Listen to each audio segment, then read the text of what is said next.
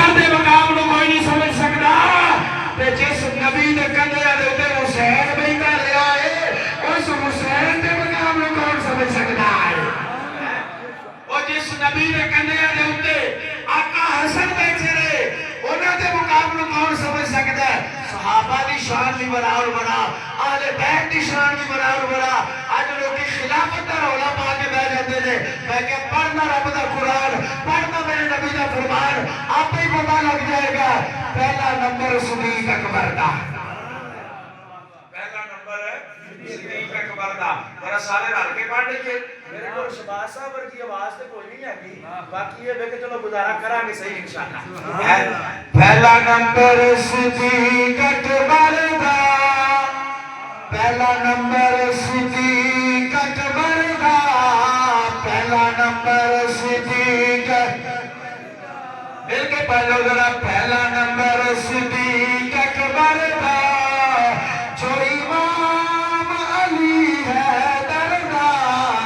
پہلا نمبر صدیق اکبر دا جو امام علی حیدر دا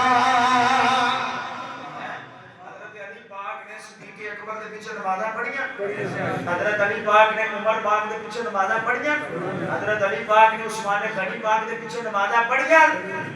جو مولا علی نے انہاں پیچھے نیت لئی ہے تے اج کل دا جناب حیدر دا نام لان والا آکھے کہ جناب والا سی انہاں نوں مانتے ہی نہیں او دے تے علی راضی ہوئے گا او دے تے مولا علی سرکار راضی ہون گے پتہ ہی کوئی نہیں جنہاں نوں قرآن دا نہیں پتہ نبی دے فرمان دا نہیں پتہ انہاں نوں کی پتہ ہوے خلافت کی شے ہوندی ہے انہاں نوں کی پتہ ہوے امامت کی چیز ہوندی ہے ٹھیک ہے میرے کریم نبی علیہ الصلوۃ والسلام آپ کی بارگاہ دے اندر ایک رابی آیا عرض کی یا رسول اللہ میں خواب دیکھیا ہے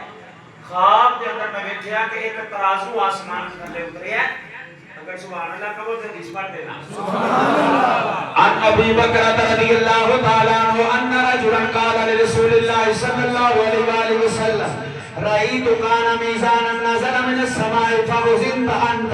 وأبا بكر فرجحت أنت ووزن أبو بكر وعمر فرجع أبو بكر ووزن عمر وعثمان فرجع عمر ثم رفع الميزان فاستعلى رسول الله صلى الله عليه وآله وسلم يعني فسعى ذلك فقال خلافة نبوة ثم يؤتي الله الملك من يشاء